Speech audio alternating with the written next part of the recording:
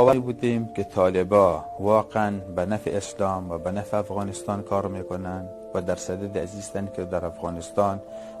یک صلح و یک آرامش بیاید و مردم بتانن به آرامی زندگی کنن. به یقین که ما آماده نبودیم که یک فیر مرمیم در برابر طالبا بکنیم.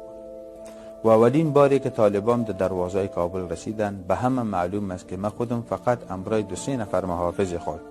دیگه در منطقه خود طالبا رفتیم، امرشان صحبت کردیم و براشان گفتیم که ما آماده هستیم که مشترکاً این مشکل حل کنیم.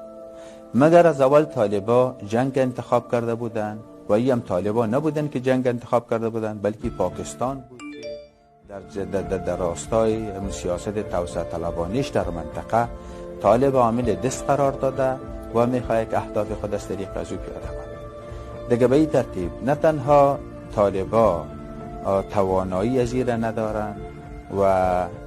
به این مسئله مناسب نیستن که بتونه حکومت مرکزی قوی در افغانستان ایجاد کنن و صلح تامین کنن، بلکه امروز چهرهشان شناخته شده و مردم میفهمند که عامل دست پاکستان است و این پاکستان است که در جهت قسمی که پیشتر گفتم در راستای سیاست‌های توسعه طلبانی خود در منطقه طالب به وجود آورد. بنابراین مردم افغانستان به هیچ صورت حاضر نیستند که دیگه سرنوشت خود در دست پاکستان و در دست عمال پاکستان